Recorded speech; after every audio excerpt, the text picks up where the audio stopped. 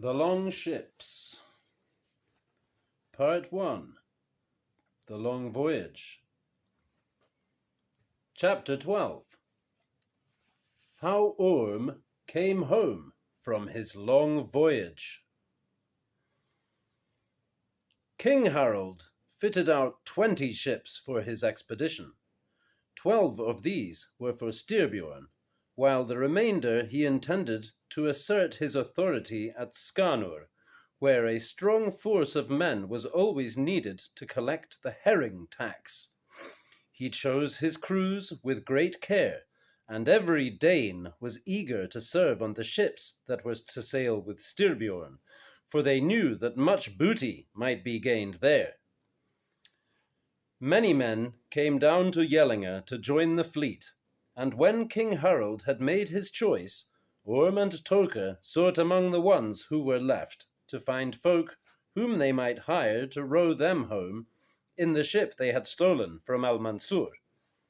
But oarsmen were asking a high price, and this they were unwilling to pay. For now that they had come so near home, they were reluctant to part with any more of what they had won. Eventually, to save themselves the expense, they made an agreement with a man from Fun called Ake, to the effect that he should buy the ship from them and in return crew it and convey them both to their respective homes, Orm to the Mound and Toke to Lister, as well as being responsible for providing food for the voyage. There was a tremendous amount of haggling about this, and at one stage it appeared likely to end in a fight between Toke and Ake, for Toke wanted to have a sum of money as well as his passage, since he asserted the ship was practically new and thoroughly stable and seaworthy, if somewhat on the small side. Ake, however, refused to accept this valuation. The ship, he protested, was foreign and of inferior workmanship, and indeed virtually worthless, so that he was already on the bad end of the bargain. In the end, they asked Halbjorn, the groom, to arbitrate their case, and the matter was concluded without a fight, though Orm and Toke made little profit on the transaction. Neither of them felt inclined to join Styrbjorn, for they both had other things uppermost in their minds, and Orm's strength returned but slowly to him, so that he thought he would be an invalid for the rest of his days. He was sad, too, to think that he would shortly have to part from Ylva, who was now permanently chaperoned by a couple of old women, to make sure that she and Orm should not see too much of each other. But although the old women performed their duties conscientiously, they were frequently driven to complain that the king had allotted them a task too arduous for their aged bones.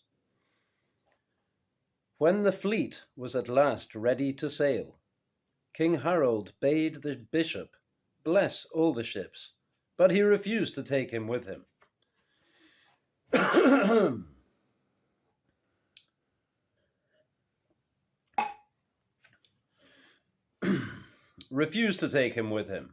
Because of the bad weather luck that all priests were known to bring. The bishop wanted to go to Scania to visit his priests and his churches there, and to count the number of conversions that had been made, but King Harold told him he would have to wait until another ship sailed to those parts, for he himself, he roundly swore, would never take any bishop to sea with him, nor even a common priest. "For I am too old to tempt fortune," he said, "and all sailors know that sea robbers and water trolls and all sea powers hate nothing so much as a shaven man, and set traps to drown him as soon as he leaves the land.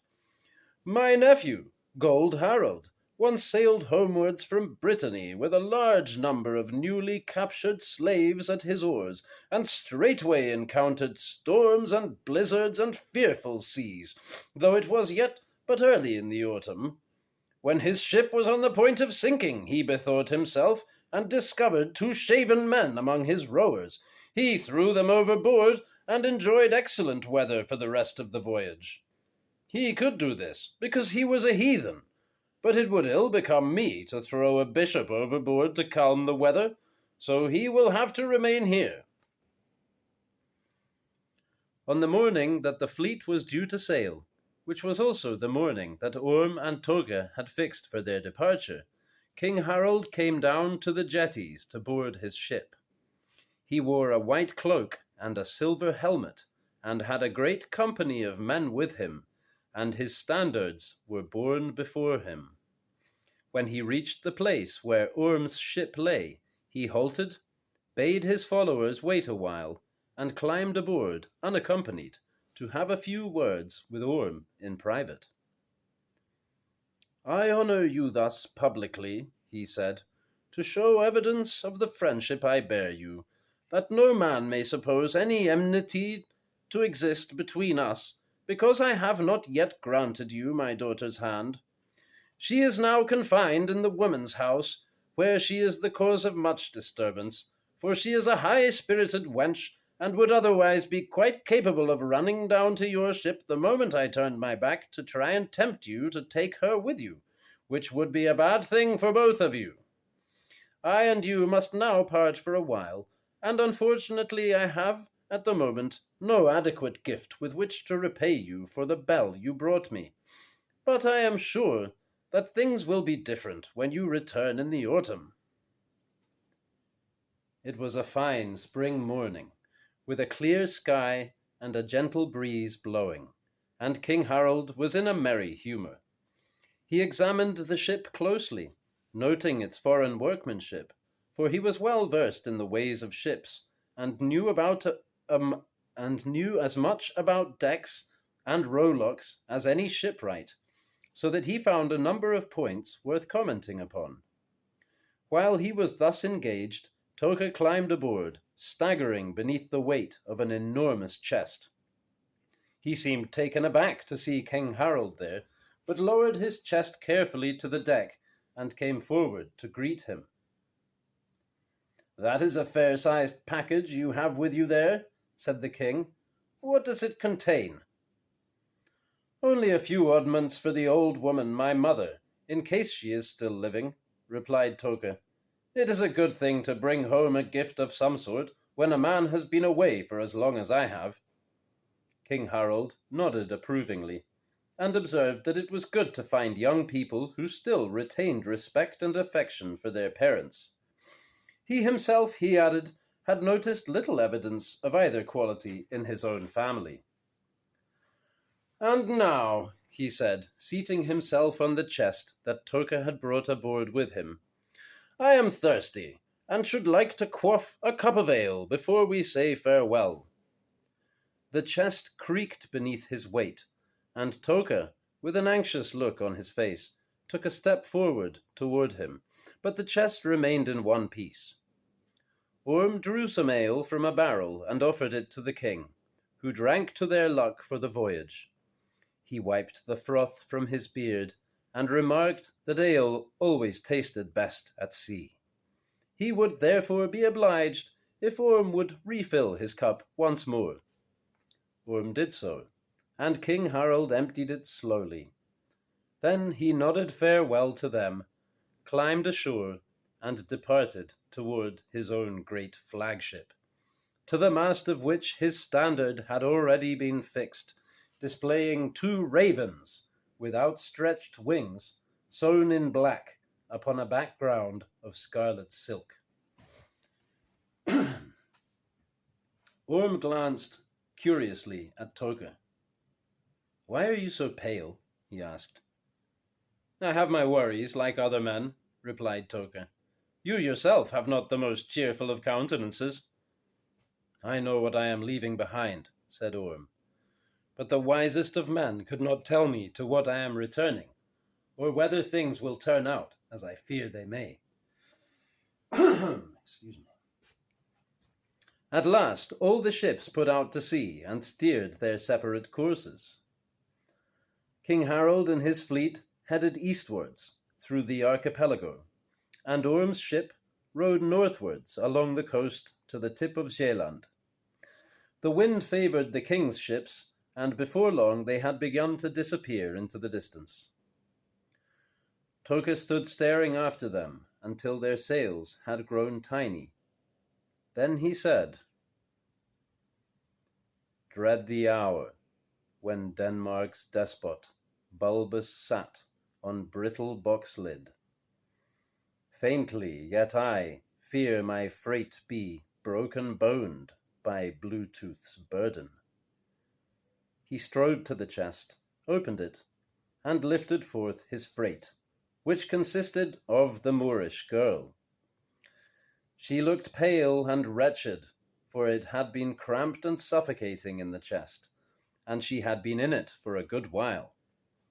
When Toka released hold of her, her knees gave way under her, and she lay on the deck, panting and shaking, and looking half dead, until he helped her to her feet again. She began to sob, glancing fearfully around her. "Have no fear," said Toka. "He is far away by now."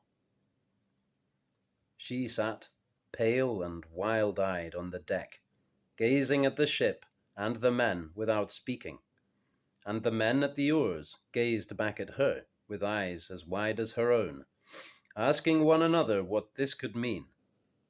But none of them was as pale as Orm, or stared more fearfully, for he looked as though some huge stroke of ill luck had just smitten him. Arke, the ship's master, hummed and hawed, and tugged his beard. "You made no mention of this when we struck our bargain," he said, "that a woman should be aboard. The least I ask is that you should tell me who she is, and why she came aboard in a chest." "That does not concern you," replied Orm blackly. "Take care of your ship, and we will take care of what concerns us." "He who refuses to reply may have dangerous things to hide," said Arke. "I am a stranger in Yellinge, and know little of what goes on there, but a man does not have to be wise to see that this is a crooked business, and one that may easily bring evil in its wake. Whom have you stolen her from?" Orm seated himself on a coil of rope, with his hands clasped round his knees, and his back toward Arke. Without turning his head, he replied evenly, "I give you two choices.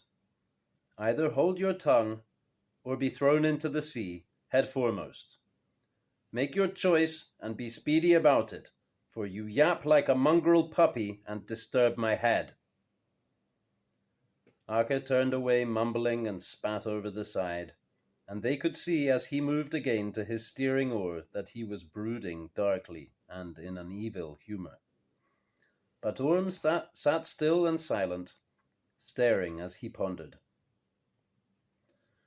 After a while, Toka's girl recovered her spirits, and they gave her something to strengthen her, but this at once made her wretchedly seasick, and she hung groaning over the gunwale, refusing to be comforted by the soothing words that Toka preferred her. In the end, he let her be, fastening her to the gunwale with a rope, and came and sat beside Orm. "Now the worst is past," he said, "though this is certainly a troublesome and nerve-wracking way of obtaining a woman. I do not think there are many men who would have dared to do as I have done. However, I suppose my luck is greater than that of most people." "It is better than mine," said Orm. "I grant you that." "That is not so certain," said Toka, "for your luck has always been good, and a king's daughter is a greater prize than the woman I have won. You must not grieve that you have not been able to do as I have done, for even I could hardly have succeeded in kidnapping a girl as closely guarded as yours was." Orm laughed between his teeth. He sat silent for a while, and then ordered Rapp to replace Arke at the steering oar, for the latter's ears looked likely to stretch themselves to tearing point. Then he said to Toka, "I had supposed that a firm friendship existed between us two, since we have been together for so long. But as the old ones truthfully used to say, it takes a long time to prove a man. In this mad enterprise in which you have now involved us both, You have behaved as though I did not exist, or was not worth bothering about. Toka replied, You have one characteristic that ill becomes a chieftain, Orm, and that is the ease with which you take offense. Most men would have praised me for stealing the woman single-handed, without endangering anyone else. But you regard yourself as having been insulted, because you were not told about everything beforehand. What kind of a friendship is it that breaks on so small a rock as this? Orm stared at him, white with fury. It is difficult to forbear with such addle-headedness as yours, he said. What do I care about what methods you use to get your women, or whether or not you keep your plans to yourself? What does concern me is that you have earned us King Harald's enmity and wrath, so that whithersoever we go in the Danish kingdom, we shall find ourselves outlaws. You have got your women, and have barred me forever from mine. A man does not have to be quick to take offense, to find fault with such evidence of friendship. Toka could not find much to say in reply to this charge, and was forced to admit that he had not thought of it in this light before. He tried to mollify Orm by saying that King Harald was old and feeble, and could not live much longer. But Orm drew scant comfort from this, and the more he thought about it, the more irrevocably he felt himself to be separated from Ylva, and his anger waxed accordingly. They put in for the night in a sheltered creek and lit 2 fires. Orm, Toka, Rap, and Mira sat by one of them, and Ake and his crew around the other. None of the Vikings was in a mood for talking, but the other men kept up a greedy murmur of discussion. They spoke, however, in low tones, so that the matter of their talk could not be heard. After they had eaten, the woman curled up to sleep by the fire, with a cloak covering her body. Orm and Toka sat in silence some way apart from each other. Dusk began to fall, and a cold wind sprang up, turning the sea grey, and a storm cloud appeared in the west. Orm sighed deeply several times and tugged hard at his beard. Both he and Toka were black with anger. It would be best to settle this matter, said Toka. You only have to say the word, replied Orm. Rap had gone to gather fuel for the fire. Now he returned and overheard their last words. He was a silent man, who seldom minded anyone's business but his own. Now, however, he said, It would be a good thing if you two could leave your fighting till later, for we have other work to do. There are 14 men in the crew, and we are but 3, and that is already difference enough. They asked him what he meant by this. They're planning to kill us because of the woman, said Rap. I heard them discussing it as I was gathering wood. Orm laughed. This is a fine hare you have started, he said bitterly to Toka. Toka shook his head sadly and stared with troubled eyes at his woman as she slept beside the fire. Things are as they are, he said, and the main thing now is to decide the best way out of this affair. I think the wisest course for us to follow would be to kill the lot of them where they sit, while they are still planning how to dispose of us. They are many, but they are far from being such men as we. It looks as though we shall have rough weather tomorrow, said Rap, and in that case we cannot afford to kill many of them, for we shall need them in the ship, unless we want to spend the rest of our lives in this place. But whatever we do, let us do it at once, or we shall have a rough night of it. They are foolish folk from Fun, said Toka, and once we have killed Ake and 1 or 2 of the others, the rest will tumble over themselves to do our bidding. But it is you, Orm, who must decide what we are to do. Perhaps it might be wisest to wait till they are asleep and attack them then. Orm's melancholy had left him, now that there was work to be done. He got to his feet and stood as though making water, so as to be able to survey the group around the other fire without exciting their attention.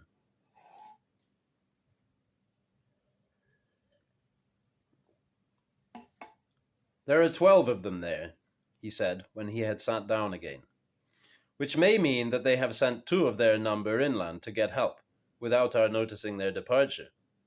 If that is so, we shall soon have a swarm of foes descending on us, so I think we would do best to settle this business without delay. It is plain that they have little foresight or lust for combat, or they would have tried to overpower Rap while he was in the woods alone. But now we shall teach them that they must manage things more skillfully when they have men of our mettle to deal with. I will go alone and speak with them. Then, while their eyes are upon me, come silently up behind them, and hew well and quickly, or it will go hard for us. I must go without my shield. There is no help for it." He picked up a tankard they had used at supper, and walked across to Arca's fire, to fill it from the barrel that they had brought ashore and set down there. 2 or 3 of the crew had already laid themselves down to sleep by the fire, but most of them were still seated and awake, and their eyes turned towards Orm as he walked toward them. He filled the tankard, blew off the froth, and took a deep draught. "There is bad wood in your barrel," he said to Arca. "Your ale smacks of it already." "It was good enough for King Harold," retorted Arca sullenly, "and it should be good enough for you. But I promise you that you will not have to drink much more of it." The men laughed at his words, but Orm handed him the tankard as though he had noticed nothing untoward. "Taste for yourself," he said, "and see if I have not spoken the truth." Arca took the tankard without moving from where he sat. Then, as he set it to his lips, Orm gave the bottom of the tankard a great kick, so that Arca's jaw was broken and his chin fell upon his breast. "Does it not taste of wood?" said Orm, and in the same instant he whipped his sword from his sheath and felled the man beside him as the latter jumped to his feet. The other men, dumbfounded by the suddenness of all of this, barely had time to grab for their weapons before Toka and Rap fell upon them from behind, and after that they had little time to show what metal they were made of. 4 of them were killed in addition to Arca. 2 fled into the woods, and the remaining 5 ran to the ship and prepared to defend themselves there. Orm cried to them to throw down their weapons, vowing that if they did so, he would spare their lives. But they stood, wavering, uncertain whether to believe him. "We cannot be sure that you will keep your word," they shouted back. "That I can believe," replied Orm. "You can only hope that I am less treacherous than what you have proved to be." They held a whispered conference and then shouted down that his proposal gave them insufficient assurance, and that they would prefer to keep their weapons and be allowed to depart, leaving the ship and everything else to the Vikings. "Then I give you this assurance instead," cried Orm, "that if you do not do instantly as I say, you will all be killed where you stand. Perhaps this knowledge will comfort you." So saying, he swung himself up on the ship and walked slowly toward them, without waiting for Toka and Rap to follow him. His helmet had been knocked off by a stone that one of the men had thrown. His eyes were narrow with fury, and blue tongue glittered wetly in his hands as he strode toward them, measuring them as though they were hounds that required the whip. Then they obeyed his bidding, and threw down their weapons, muttering baleful curses upon Arca, for they were incensed that everything had turned out otherwise than as he had foretold. It was by now quite dark, and a blustering wind had sprung up, but Orm thought it unwise for them to remain any longer in the bay. If they lingered, he said, they would have half an army of loyal Zealanders descending upon them to recover King Harold's woman and restore her to her rightful master. Therefore, despite the darkness and hard weather, and the fact that they were so few, he felt that there was nothing for it but to try their luck against the sea. for the consequences of Toka's folly, he feared, would dog their heels for many a day. Having no time to lose, they made haste to bring aboard the food chest and ale butt. The woman wept and grated her teeth at the prospect of such a voyage as the weather promised, but obeyed without complaint. Orm stood guard over the prisoners with drawn sword, as they sat at their oars, while Toka and Rap lifted the ale aboard. Toka was handling the barrel very clumsily and awkwardly, and Orm shouted angrily at them to be quicker about it. "The wood is slippery, and my fingers cannot get a proper hold," replied Toka mournfully, "for my hand is not as it should be." Orm had never heard him speak so heavily before. His sword hand had been split at the joint of the third and fourth fingers, so that 2 of his fingers pointed one way and 2 the other. "The loss of blood does not trouble me," he said, "but this hand will be of little use for rowing tonight, and that is a bad thing, for we shall need to row hard if we are to get out of this bay before daybreak." He rinsed his hand in the water and turned towards the woman. "You have helped me so much already, my poor Mira," he said, "though it may be that I have done the greater share. Let me now see whether you can help me in this matter also." The woman dried her tears and came to look at his hand. She wailed softly when she saw how grave the wound was, but none the less contrived to dress it skillfully. She said she would have been happier with wine to wash it in and cobwebs to lay upon it, but since these were not available, she made do with water and grass and chewed bread. Then she bound it up tightly with bandages that she tore from her clothing. "The most useless things can be turned to useful purposes," said Orm, "and now we are both left-handed." It was evident from the way he spoke that his anger against Toka had been allayed. Then they pulled away from the land with 7 men at the oars, and Toka minding the steering oar, and the work of getting the ship out of the bay and around the point into the lee of the coast was the hardest that Orm had known since the days when he had toiled as a galley slave. He kept a spear in readiness at his side to kill the first prisoner who flagged, and when one of them caught a crab in the trough of a wave and was thrown onto his back, he was up on his bench and pulling again at his oar within the instant. The woman sat huddled at Toka's feet, rolling her eyes in fear and wretchedness. Toka steadied her with his foot and bade her take up the bailing bucket and perform some useful service, but although she tried to obey him, her work was of no avail, and the ship was half submerged when they at last rounded the point and were able to set sail and bail. For the rest of the night they were at the mercy of the storm. Orm himself took over the steering oar, but all he could do was to keep the ship headed toward the northeast and hope that she would not be driven aground before day broke. None of them thought that there was much hope of surviving such a tempest, which was worse than that with which they had endured on their voyage to Ireland. Then Rap said, "We have 5 prisoners aboard, unarmed and in our power. It is doubtful whether they will be of any further use to us as rowers, but they may help us to calm the storm if we offer them to the sea people." Toka said that this seemed to him an excellent and proper suggestion, though he felt that they might begin by throwing 1 or 2 overboard to see if that had any effect.